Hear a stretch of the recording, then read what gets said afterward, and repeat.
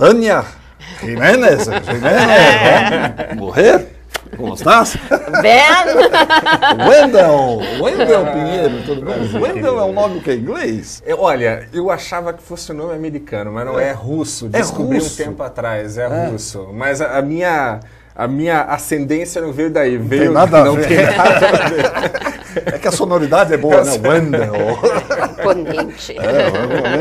Você é descendente de espanhóis, é isso? É. Você parece mais polonesa. É, assim, porque tem o alemão e italiano mais... junto. Tá. O brasileiro é tudo misturado, esses né? olhos azuis, né? Esses olhos impressionantes. Quer dizer, onde você comprou esses olhos? Minha mãe comprou quando me fez. Wendel, teatro há quanto tempo já? Olha, Atílio, 21 anos de carreira. 21 anos de carreira? Já, 21 anos. Você começou com 3, 4 anos. Ai, que bom aí. Obrigado pela elogio. Comecei com 18, 19, aquela idade, né, que todos nós começamos ali. Comecei moleque. Em Brasília, porque eu sou de Brasília. Ah, você é de Brasília? É. Me profissionalizei lá e aí resolvi vir para São Paulo para dar sequência à carreira, porque Brasília... Né? Qualquer estado diferente do eixo Rio-São Paulo, fica muito difícil mais difícil trabalhar, né? E a Tânia? São Paulo. Eu tenho mais ou menos uns 17, 18 anos. 17, 18 anos. Pouquinho.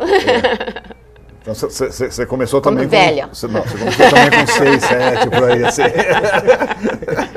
Comecei depois que meus filhos estavam todos criados, etc. A vida já estava mais... mais acomodada, calma. mais calma. Bom isso, né? É. Você acha um estímulo novo, né? É que já vinha de lá de trás, mas pela educação dos meus pais eu não podia fazer teatro. Não podia fazer, né? Então... É aquele período em que... isso aí não! Ator, futebolista... Hoje é o contrário, né? Não, vai jogar bola! Vai, vê se pega uma vaga lá na Globo que os pais não queriam é que nós fôssemos atores, né? Nós fôssemos artistas.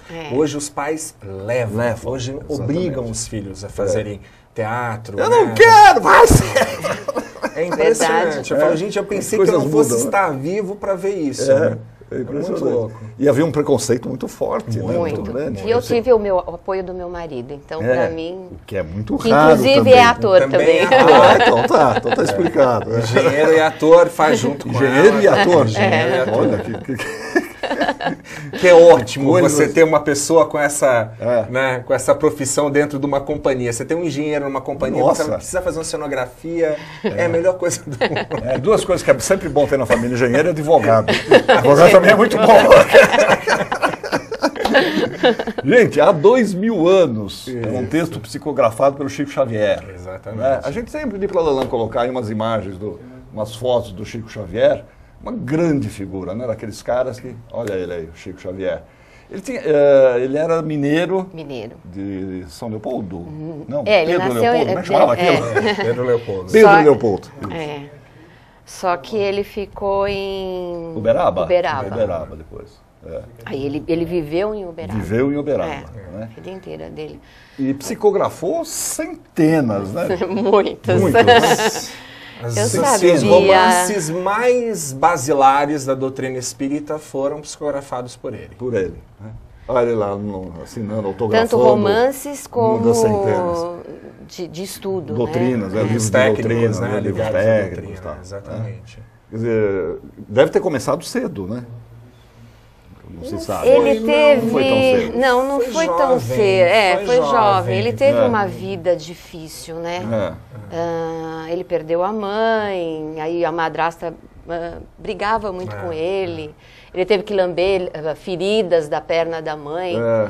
Porque o padre achava que ele ia conseguir curar, sabe? Essas Na verdade, ele era tido como louco, né, Atílio? Ele tinha ele começou, quando criança, ele tinha esse contato, né, com o mundo espiritual, com o plano espiritual. E as pessoas achavam que ele estava maluco. As pessoas achavam que ele era louco, achavam que a criança, que era uma criança problemática, que era uma criança, era muito comum naquele período se comparar a esquizofrenia. Ele era esquizofrênico, ele tinha algum toque de esquizofrenia, ele tinha algum problema em relação a isso. Então ele demorou muito tempo para entender o que acontecia com ele. Então isso começa na idade adulta, ali, né, jovem, adulta, que ele começa a ter essa consciência de como é que a coisa funcionava, desse dom que ele recebia. Até porque ele era de uma família muito católica. Né? Mineira, ali do interior, tradicional. Então, católica ao extremo. Exatamente. Então, era muito complicado. Isso para a família, né? Você tem um garoto com esse tipo de pensamento, então ficava muito difícil. São pessoas que fogem, vamos dizer, dos padrões do seu ambiente. Exatamente. Que dizem ser normais. E aí que dá vem, essa reação. Vem com uma missão. Pessoas, a gente costuma falar que são pessoas especiais, né? Pessoas que vêm com uma missão ali que a gente não consegue nem entender o que nem que entender é. o que é direito. A própria pessoa também, até se dar conta daquilo, leva... Agora, eu acho que no Brasil, pelo menos, é o grande nome, né? É o maior nome da doutrina. Tanto que, assim, teve um programa no SBT há um tempo atrás, que eles fizeram o maior brasileiro de todos os tempos. Não teve grande votação. Mas eu lembro disso. Ele ganhou em disparada. Ele concorreu com várias figuras importantes. Fernando Henrique Cardoso, enfim, com várias pessoas que, de certa forma, tiveram um papel importante no nosso país. Isso é uma prova do reconhecimento que a população, né, as pessoas comuns têm. O reconhecimento e a necessidade que elas têm de pessoas desse tipo. Sim, dos heróis. Como fazem falta os heróis. Pessoas, né? Exatamente. Estava falando lá fora de São Francisco de Assis, como faz falta gente desse tipo. Os mártires, né? Os mártires, né? Como faz falta o Buda, como essa gente, caramba, né? Precisava ter mais, precisava ter muitos, né? Um Gandhi, né?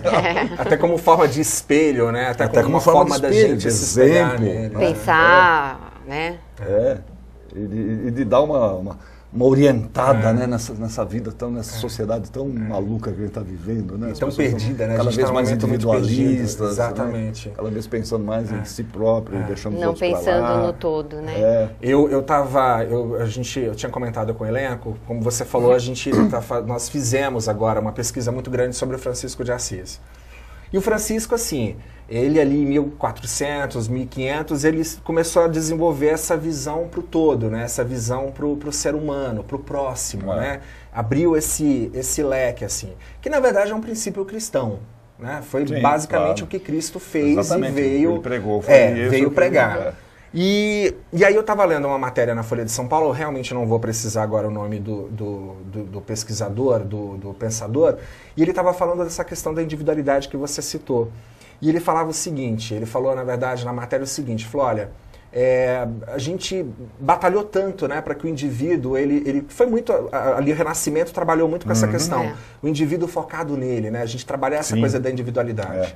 E a gente fez isso agora, né, no final do século XX para cá, a gente começou com esse processo. Só que o tiro saiu pela culatra, literalmente. Aí ele falava sobre isso. Eu falei, realmente ele tem razão. Eu comecei a pensar, né, lendo aquela matéria, eu falei, poxa, ele tem total razão, que é exatamente o que você falou. É o que está acontecendo. Porque há uma confusão também entre o individualismo, esse individualismo que se prega na época, e o egoísmo. Exatamente. Né? O que a gente tem hoje é um egoísmo. Exatamente. Hoje é um egoísmo, não individual. Né? Exatamente. Há uma confusão. Porque o individualismo, assim, o indivíduo, sim, né? Claro. O que é? Qual o seu papel? Quem é você enquanto indivíduo, enquanto singular? Você né? se conhecer. E o indivíduo está voltado para si, para o seu próprio umbigo. E aí você teve essa separação, quer dizer, você virou você confundiu a completa inversão de valores, né? Então tá, o individualismo, não, individual, tá, o que é o individual? Né? É você esquecer do outro, esquecer dos demais, é você perder a noção de ética, perder a noção de respeito ao próximo, né? Quer dizer, vamos fazer justiças com as próprias mãos. Será que a gente tem que fazer isso? E aqui pra gente, é um país que tem tantos maus exemplos, né? Nossa, isso contamina, né? Isso contamina as pessoas. Eu penso assim, que a gente tem que ter um olhar dos dois jeitos. Ver o mal, mas também sempre o mal sempre tem alguma coisa boa. E aí transformar isso. Exatamente. Né? Vamos falar do há 2000 anos. Há 2000 anos, acho que a Lan tem uma imagem aí deve ser uma edição capa bem antiga, né? Capa do livro antigo. Existe uma mais antiga que essa. Tem uma mais antiga? Que eu não achei. Eu gosto da mais antiga de todas. Há 2000 anos. Psicografado do Emmanuel. Do Emmanuel. Muitas obras do Chico são psicografadas pelo Emmanuel. Emmanuel. Isso. Muitas, né? Muitas. Na verdade, o Emmanuel acompanhou o Chico. Foi o companheiro dele o tempo todo. Durante a vida toda? A vida toda. Legal. Ele tem algumas coisas do André Luiz, mas o que mais acompanhou ele, que mais ditou, né, as coisas foram o Emmanuel. O Emmanuel, né? Há 2000 anos se passa, eu imagino, há 2000 anos.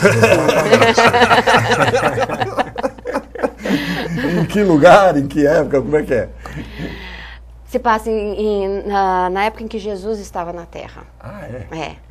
E Roma invadiu, então, Jerusalém, etc. É esse contexto Foi histórico. o pano época. Histórico é esse. Bem no período que Cristo está ali já no finalzinho. No finalzinho, já com 33 anos, quase 33, aquele período ali.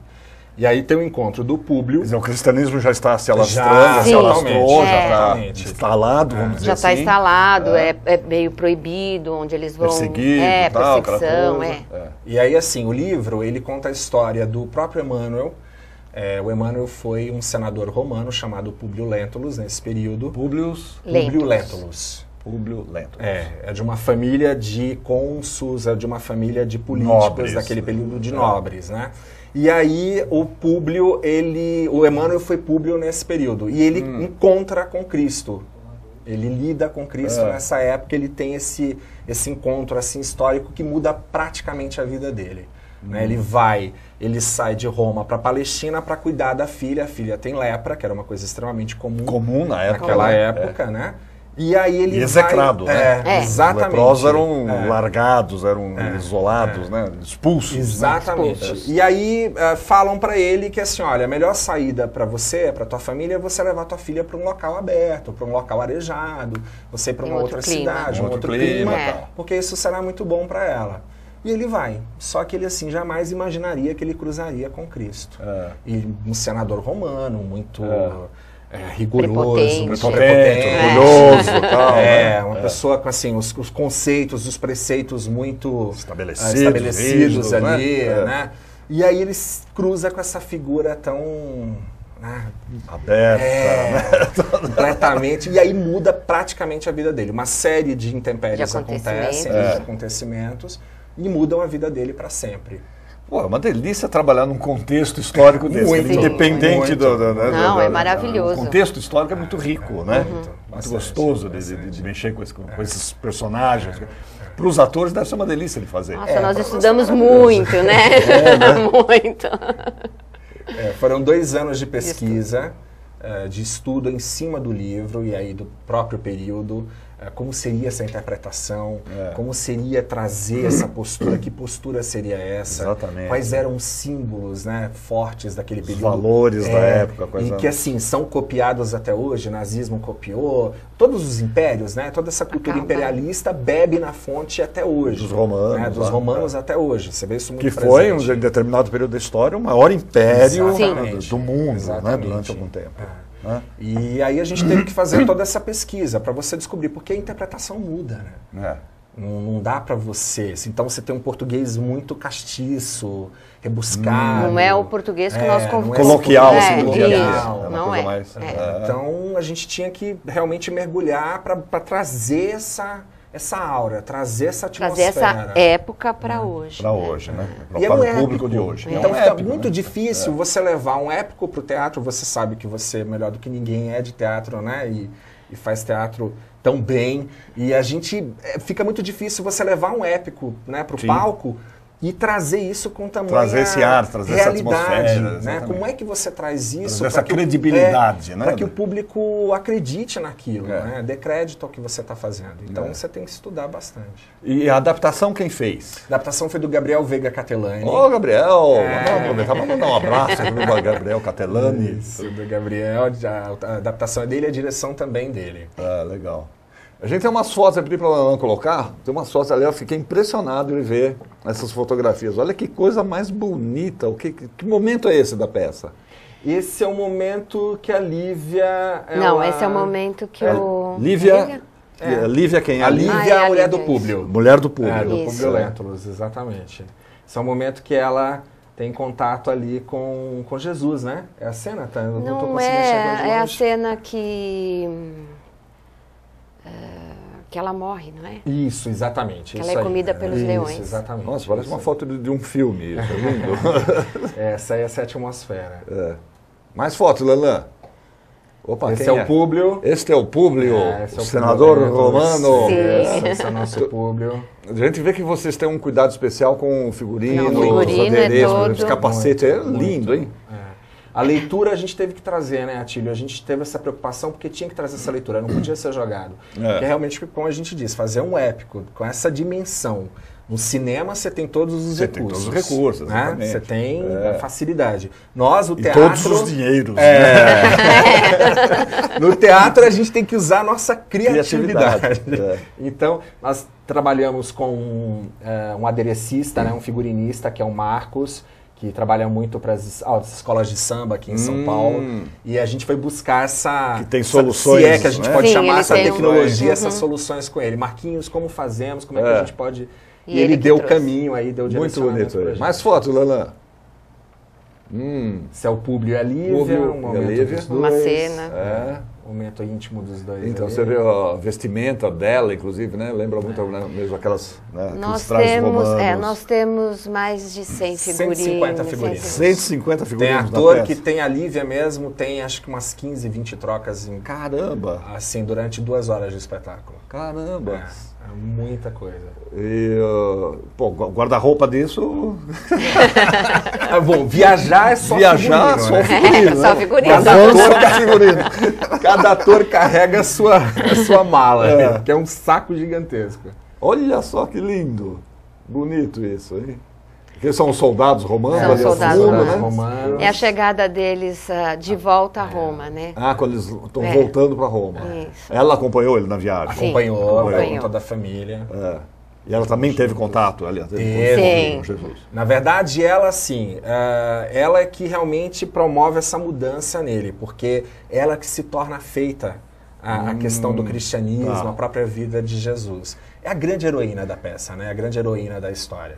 Então, é uma grande mulher, assim, é uma mulher encantadora. Tanto de uma que, assim, personalidade a gente não sabia disso, depois que nós começamos a fazer a peça, o número de pessoas que a gente teve contato, porque o livro ele foi muito lido, né? Dentro da doutrina é o 3º livro mais lido. Né? Dos romances é o terceiro mais lido. Só perde mesmo, acho que pro Nosso Lar, né? E aí a gente tinha contato com algumas pessoas da plateia que falavam assim, nossa, queriam conhecer a Lívia, porque tinham dado o nome para a filha de Lívia por causa do livro. Mais fotos, Lelan. O Públio com um soldado romano ali. O seu Sulpício. É um pretor romano. Como é que é o nome dele? Sulpício. Os nomes são maravilhosos. Né? Calpurnia, Flamínio. Então você imagina a gente pegasse a embocadura desses nomes, né? Tornar isso natural. Os atores pareciam que tinha uma batata quando a gente... Flamínio Severus. Então a gente vai falar, meu Deus, como falar isso? E os tempos verbais todos são outros, né? Vocês trabalham na segunda pessoa? Como é que é? Tudo, segunda pessoa. É tudo vossa. Exatamente. Então Fotos, Lelan. Mas olha só que lindo. São 16 atores, você falou? 16 atores em cena. 16 atores em cena. Caramba, bicho. Se revezando para contar a história. Meu Deus. Já fico imaginando na produção desse negócio. Ai, caramba. É loucura, é coisa de gente maluca. Ninguém faz mais hoje uma produção com 8 atores, já é grande produção. Nossa, né? Já é super produção. 16, então. É loucura, aí já é loucura. Mais fotos, Lelan. Curioso isso. Aí já é do Pessoa, aí já é do outro espetáculo que nós fizemos. Tira, Lelan, não tem nada a ver. Esse é do Fernando Pessoa. Esse é do Fernando Pessoa. Quanto tempo vocês já estão com o espetáculo? 4 anos. 4 anos. Completaremos agora, dia 19 de dezembro, para ser mais preciso, 4 anos. Muitas viagens? Muito. Nós fizemos agora, em outubro do ano passado, em Juiz de Fora, para 1.850 pessoas. Caramba. Aquele teatro maravilhoso que eles têm em Juiz de Fora. Lotado, abarrotado de gente, foi uma experiência. E teve assim, público voltando, né? E ainda a gente indo embora. Então, delícia, hein? Que delícia. Sensacional. A gente fala, tem mais uma? Tem o Fly. Sim, esse é o cartaz. Esse é o cartaz. Há 2000 anos, que está lá no Teatro do Ator, que fica na Praça Roosevelt. Ali na ferveção da Praça Roosevelt. Estão fazendo aos domingos às 19 horas. Exatamente. Legal. E vai ficar lá até quando? Nós ficaremos agora até meados da primeira quinzena de julho, e aí nós temos uma turnê pelo sul do país. Nós vamos fazer 12 cidades, pegando Santa Catarina, Paraná e Rio Grande do Sul. Leva os 16 atores? Os 16. Na verdade, são 20 pessoas. 20, porque viagem sempre tem... Tem os técnicos. Os técnicos e tal, ok. Então, 20 pessoas. 20 pessoas ali, cada dia nós estaremos numa cidade apresentando. Lota os hotéis, né? É uma loucura, é uma loucura. Que papel você faz? Calpurnia. Hã? Calpurnia. Calpurnia. Eu te falei, os nomes são ótimos. Pior que isso, só Atílio. Imagina, vai. Não é não. Calpurnia, quem é Calpurnia? Calpurnia é a esposa do Flamínio. Eles são amigos que são amigos da família do Públio e da Lívia. Na verdade, é o conselheiro do Públio, né? Eles são mais velhos e o Públio e a Lívia é um jovem casal. Eles começam a peça, né, entre a idade entre 28 e 30 anos.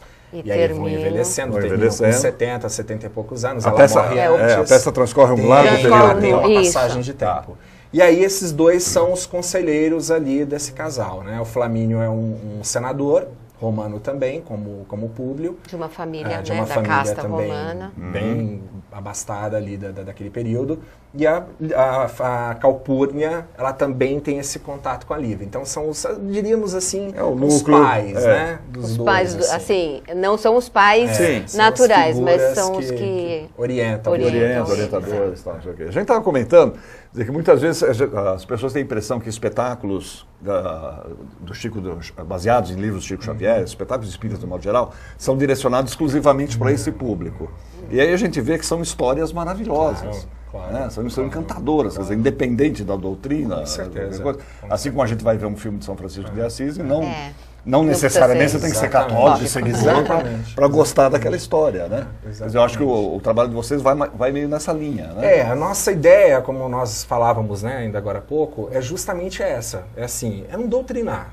É não ser panfletário, é não ser doutrinário. Assim, eu lembro quando eu li o livro, antes da gente começar a levantar o espetáculo, eu lembro que o livro é gigantesco, ele tem quase 500 páginas. Né? Hoje você lê um livro de 500 páginas, é muito complicado. A primeira adaptação tinha 6 horas. 3 horas alguma coisa. E os atores, assim, você conhece ator, porque você é diretor. Ator, na hora que você vai cortar texto de ator, ele surta. Mas o meu texto? Você é diretor, você sabe disso. E aí todo mundo enlouqueceu o Gabriel nesse período, né? Porque o Gabriel falou, pessoal, não posso ter um espetáculo de 3 horas. 3 horas, claro. Não, pessoal, não posso ter. E a gente falou, mas a gente faz um intervalo, a gente falou, pessoal, não vai, o público vai embora. E realmente, hoje a gente chega à conclusão que é impossível. E mesmo assim o espetáculo ficou com 2 horas. Mas o público não cansa, né? Não cansa. Eles não percebem, eles não percebem que se passa as 2 horas. Quando terminam, eles às vezes até ficam, sabe, assim, meio parado, meio... Nossa! É o tempo que a história exige, né? Ela exige que seja aquele... A hora que acende a luz, você vê ali a emoção do público vindo pra gente, sabe? A energia. Mas respondendo a tua pergunta, então assim, eu lembro quando eu li o livro eu fiquei preso ao livro, eu li em 1 dia e meio, 2, porque eu não conseguia largar aquela história. Porque é uma história muito bonita. A história é linda. E tanto que a gente comentava, falou, nossa, imagina isso no cinema. Imagina se fizesse um filme dessa história. É uma história belíssima, uma história muito bem feita, amarrada, muito bem amarrada, muito bem escrita, muito bem psicografada pelo Chico. Um português maravilhoso, riquíssimo, um vocabulário muito rico, é um detalhamento do período histórico assim muito rico. Eu aconselho realmente quem não conhece a ler o livro, tanto que a gente fala, as pessoas que não são afeitas à doutrina, né, que assistem um espetáculo, olha, lê o livro, você vai gostar, independente de qualquer coisa, você vai ler um bom livro, né? Então a nossa ideia é essa, não doutrinar. Contar uma boa história. Claro, né? Claro, tanto que assim... Aquilo que a gente estava falando, ninguém escapa de uma boa história. O Malbatão falava isso. O Malbatão falava isso. Ninguém escapa de uma boa história. Começou a contar uma boa história, segura na amarra mesmo. Você tem ator, você tem um bom diretor e você soube contar a história. Tchau, né? Tá no papo. É isso aí. Há 2000 anos, então, Teatro do Ator, domingos, 19 horas, até o dia 13 de julho. 13 de julho. 13 de julho. Isso, 13 de julho. Tá, né? Então tem uma longa temporada ainda pela frente. Períodozinho. Mas depois a gente retorna depois em agosto. Ah, e volta, viagem de agosto, retornamos de novo aos domingos às 19. Legal. Pô, sucesso para você. Obrigado. Mais sucesso, né? Porque 4 anos de cartaz já é um tremendo sucesso. Obrigadão. Um espetáculo teatral hoje em dia. Aguentar 4 anos de temporadas assim. E com o público, né? Com o público, que é graças a Deus. Mais importante. Ótimo. Poxa vida, prazer ter vocês aqui. Obrigado. Tânia, obrigado. Wendel, obrigado, querido. Tudo bom? Um abraço. Sucesso. Um abraço para o Gabriel, para o Marcelo, para toda a turma, os 16 atores. Daremos.